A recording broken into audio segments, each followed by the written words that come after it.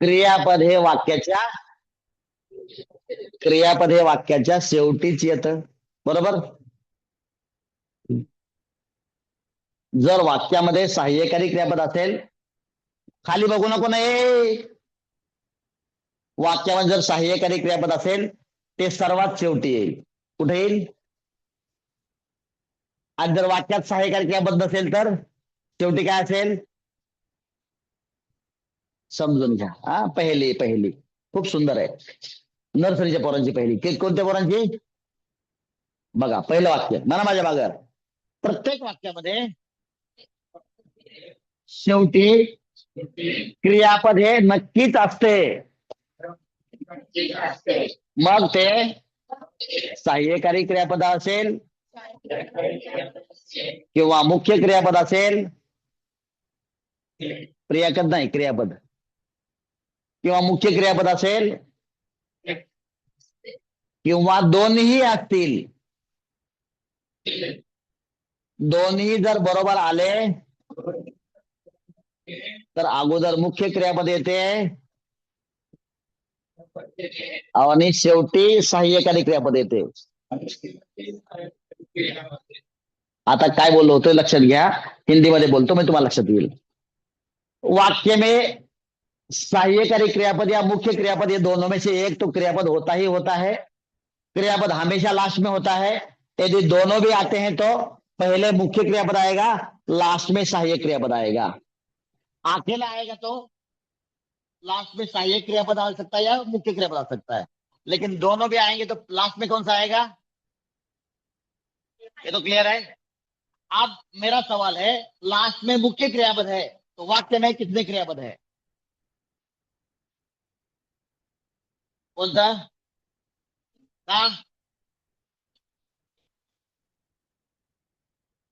नहीं, मी म्हणलं एकच म्हणलोच नाही. मैं बोला लास्ट में मुख्य क्रियापद है तो वाक्य में सहायक क्रियापद है क्या? क्यों नहीं है? क्योंकि अभी बताया मैंने, यदि दोनों एक साथ आते हैं तो पहले मेन आएगा फिर सहायक आएगा. यदि सहायक होता तो लास्ट में होता ना. अभी लास्ट में सहायक क्रियापद नहीं है तो वाक्य में कौन सा क्रियापद है? क्यों है? क्योंकि सर आपने अभी बताया, क्या बताया?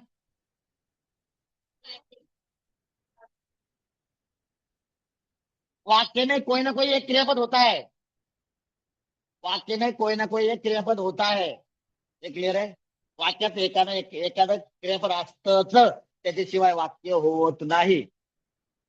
जर तुम्हाला सगळ्यांना हार्ट आहे ना तर प्रत्येक वाक्याला क्रियापद आहे. आता माझा प्रश्न व्यवस्था आहे का? वाक्यात शेवटी मुख्य क्रियापद आहे. वाक्यात शेवटी मुख्य क्रियापद. Okay fine. दुसरं तुझं थोडस वेगळ्या पद्धतीने विचारतो. वाक्यात शेवटी सहाय्यकारी क्रियापद नाही तर वाक्यात कोणतं क्रियापद आहे? का?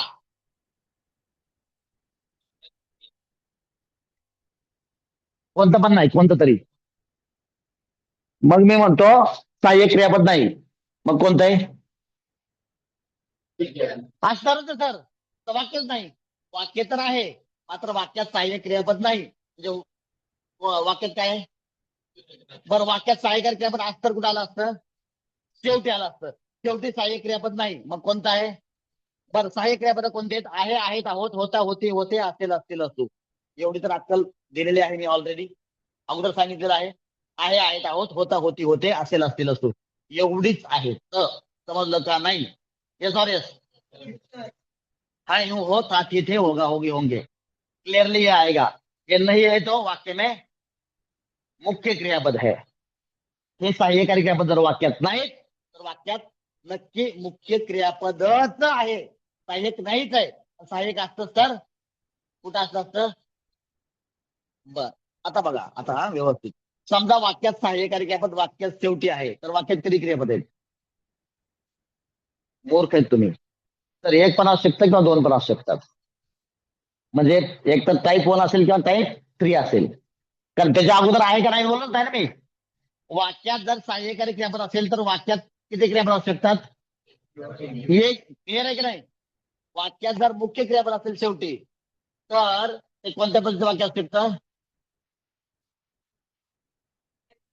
फक्त टाईप 2 आहे. कारण शेवटी जर शेवटी सहाय्यक असेल, सहाय्यक क्रियापद असेल तर 2 ऑप्शन आहेत, 1 and 3. Hello, A 2. टाईप 1 आणि टाईप चाललंय, फंडामेंटल नाही चाललं. हॅलो, समजून घ्या. आणि टाईप 1 ला काय म्हणतो आपण? टाईप 1 ला काय म्हणतो आपण? आता लक्ष द्या. टाईप 1 ला काय म्हणतो आपण?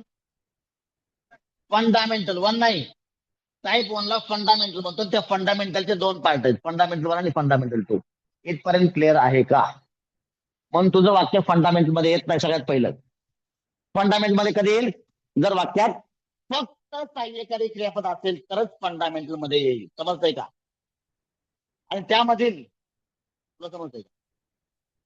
तर मी तर परवा नव्हते बी, सगळंच सांगतोय आता. हॅलो, तर सगळ्यांना 10 लिटर दूध दिलं, 10ची 10 देतोय परत डबल. हॅलो, तर परवा सगळं देतो ना आज. सगळी भांडी तुमची भरतोय आज मी. समजतंय का नाही? परवाच ते सगळं देतोय आज. तर दिसतंय का? सगळं ओततोय. तुमचे सगळे भांडे पाठीमागचे सगळे भरतोय. समजतंय का? असा चेहरा म्हणू नका. जाऊ दे, मरू दे, आपण परवा नव्हतोच. असं करू. समज. हॅलो, समजतंय का नाही? का झोपेच आमची झाली झोप? पाण्यात बुडून यायचं जरा. समजलं का? ओके, बर. आता माझं संपलंय. ठीक आहे, सॉरी सॉरी. आता आपण फंडामेंटल 1 पण शिकलेलो आहोत की नाही? त्यामधले काय अडचण आहे का मला विचारा. फंडामेंटल 1 कोणतं वाक्य बनत नाही ते मला विचारा. Please ask me any sentence out of fundamental 1 which you are not able to write in English. सांगा. आता फंडामेंटल 1 म्हणतोय म्हणजे काय? अर्थात त्यामध्ये सहाय्य क्रियापद नाही सर. आणि ते सहाय्य क्रियापद आहे सर, फक्त सहाय्य क्रियापद. फक्त सहाय्य क्रियापदाचं वाक्य आहे.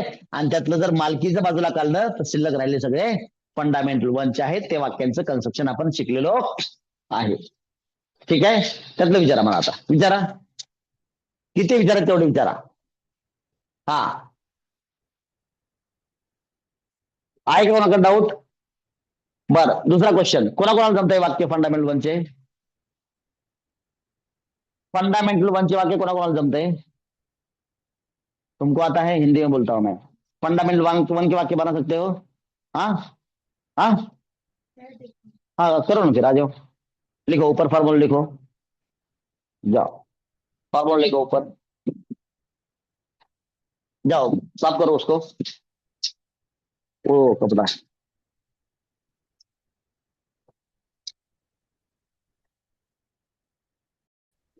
राईट. हे लिहिलं का? लिहिलं सगळ्यांनी? काय काय नमुने आहेत, लिहिलं नाही यांनी?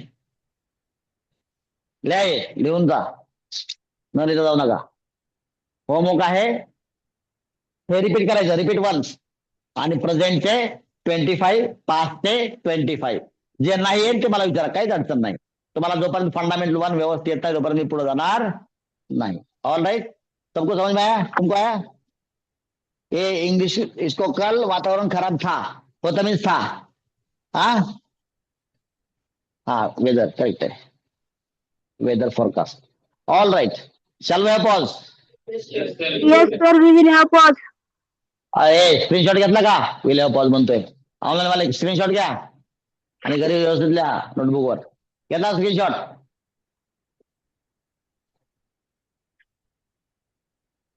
स्क्रीनशॉट घेतला का? Yes, sir. All right, will have pause. हे बाकीचे लिहून जा रे. तू काय फोटो घेतो?